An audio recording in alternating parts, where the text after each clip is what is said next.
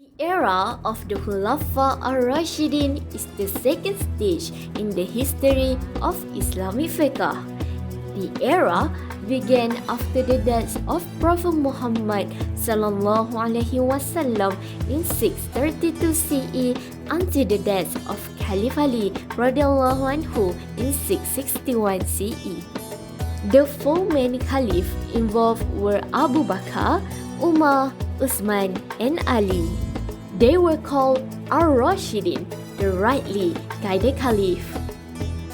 During the Prophet time, law came directly through divine revelation, but when the revelation stopped, the companion had to find a new way to determine ruling for issues that were not clearly mentioned in the Quran or Hadith. That is why this period marked the official beginning of ijtihad, methods of reasoning, and ijma, consensus of opinion. At the same time, the Islamic Empire expanded rapidly into Syria, Egypt, Iraq, and Persia. This expansion brought many new issues that needed to be resolved, especially in matters of economy, administration, and local custom. The new approach used by the Caliph and the companion to deal with these challenges through ijtihad and ijma became the main foundation for the formation of the fiqh system we know today. Leadership of the Muslim Ummah was carried by the Khulafa Al-Rasyidin, the rightly guided caliphs, whose wisdom and justice preserved Islam and shaped its early laws. Caliph Abu Bakr as-Siddiq faced the challenge of uniting the Muslims after many tribes rebelled. Through ijtihad, reasoning, and ijma consensus, he strengthened the Ummah and made a historic decision to compile the Quran into one manuscript to preserve Allah's words. Another example of fiqh ruling deduced is waging against those who refuse to pay zakah. During the reign of Abu Bakr, some Muslims refused to pay zakah, believing that it should only be paid to the Prophet. Abu Bakr decided to wage war upon them and said in his famous statement, "I will wage war against those who differentiate between the obligation of prayer and zakah, as it is the obligation in one's property." His successor, Caliph Umar ibn al-Khattab, expanded the empire across Persia, Egypt, and Syria, introducing administrative institutions like the Shura Council and the National Treasury. He used qiyas, analogy, and maslahah musallah, public interest, in rulings, such as keeping conquered lands as public property to ensure fairness for all Muslims. He also created a new rule regarding statement of divorce. In order to discourage abuse of divorce, Caliph Umar altered an aspect of the law of divorce. In the time of the Prophet, the pronouncement of 3 divorce statements at any one time was considered to be merely one divorce statement, and it was reversible. Caliph Umar declared such multiple pronouncements to be binding and therefore irreversible. The tendency among the people to easily divorce their wives had prompted the Caliph to take his decision. The ruling was also imposed in order to discipline the society and to create awareness among them on the seriousness of such matter.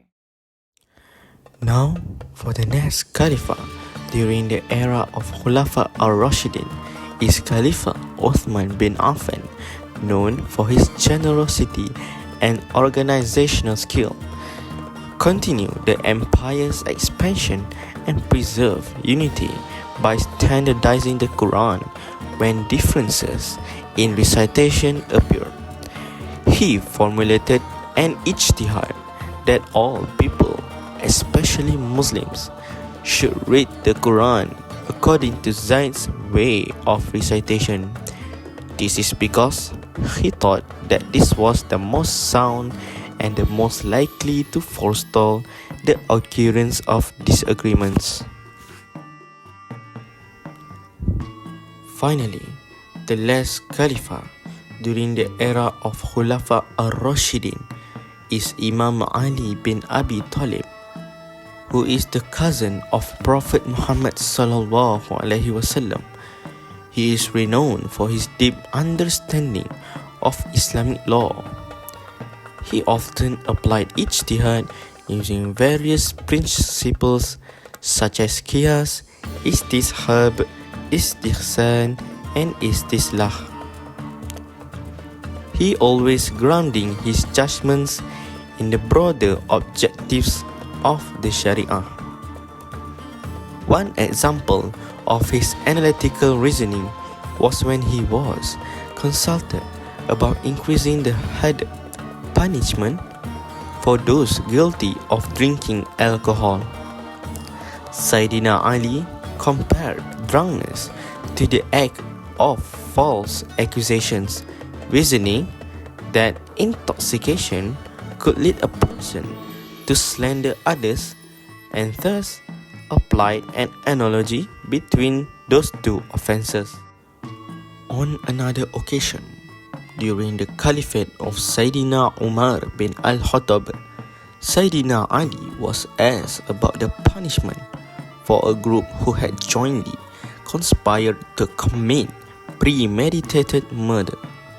He replied by drawing a comparison to theft, arguing that just as a group of thieves would each have their hands cut for stealing, all participants in a murder share equal guilt and should face the same punishment.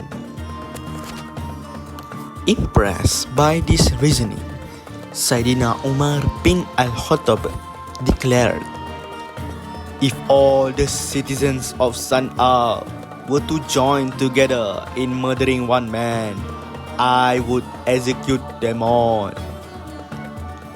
Sayyidina Ali also demonstrated his firm stance against apostasy, imposing the harshest punishments on those who rebel against Islam. He even ordering them to be burned alive. The decision he justified as a necessary deterrent against grave acts of disbelief and rebellion. To emphasize the gravity of their crime, Sayyidina Ali recited, "When I realized how grievous the matter was, I lit my bonfire and called for Khanbar." Such rulings reflects Ali's unwavering commitment to justice and his keen ability to apply reasoning and analogy within the spirit of Sharia to safeguard the moral and spiritual integrity of the Muslim community. During the time of the Sahaba, differences in fiqh and legal opinions naturally emerged due to several important factors. Firstly, there were different understandings of the Quran and Hadith, as not every companion was present for all of the Prophet Muhammad's teachings or rulings. Some companions heard certain Hadith directly, while others received them through second-hand reports, leading to variations in interpretation and application.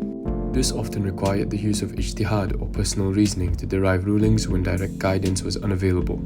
Secondly, as Islam spread rapidly after the Prophet's passing, the companions migrated to different regions from Arabia to Syria, Iraq, Egypt, and beyond, where they faced new cultures, customs, and social conditions.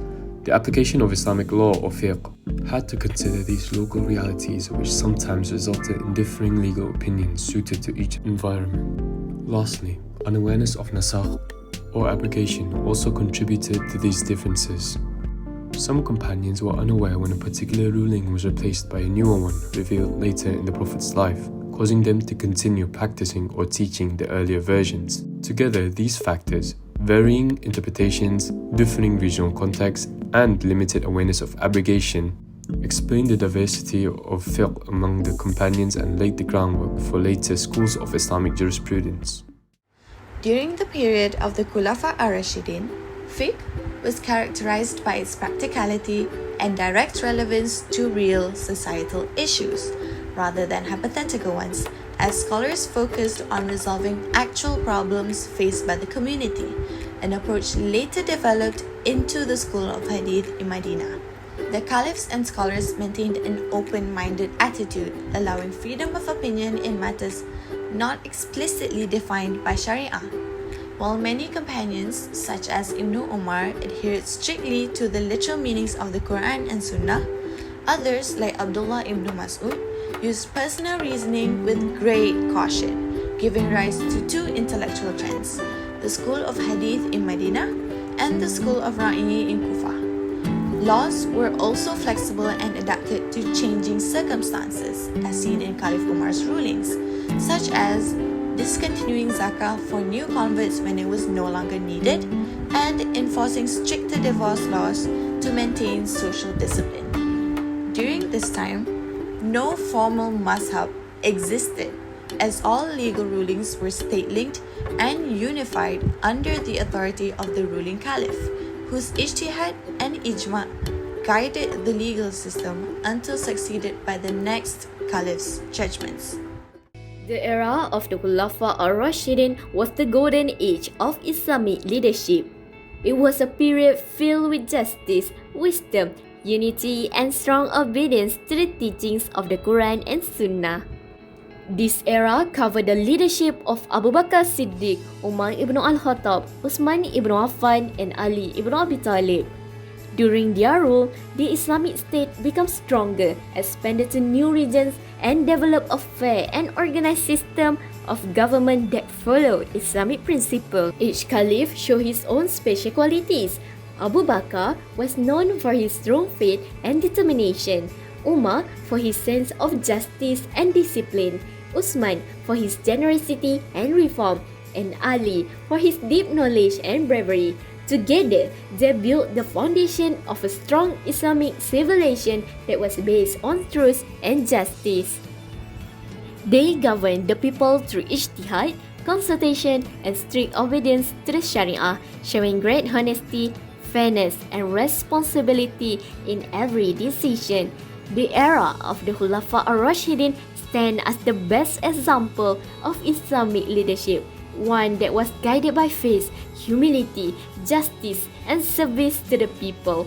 Their legacy continues to inspire Muslims to seek righteous leaders and to remain united as one ummah under the guidance of Allah.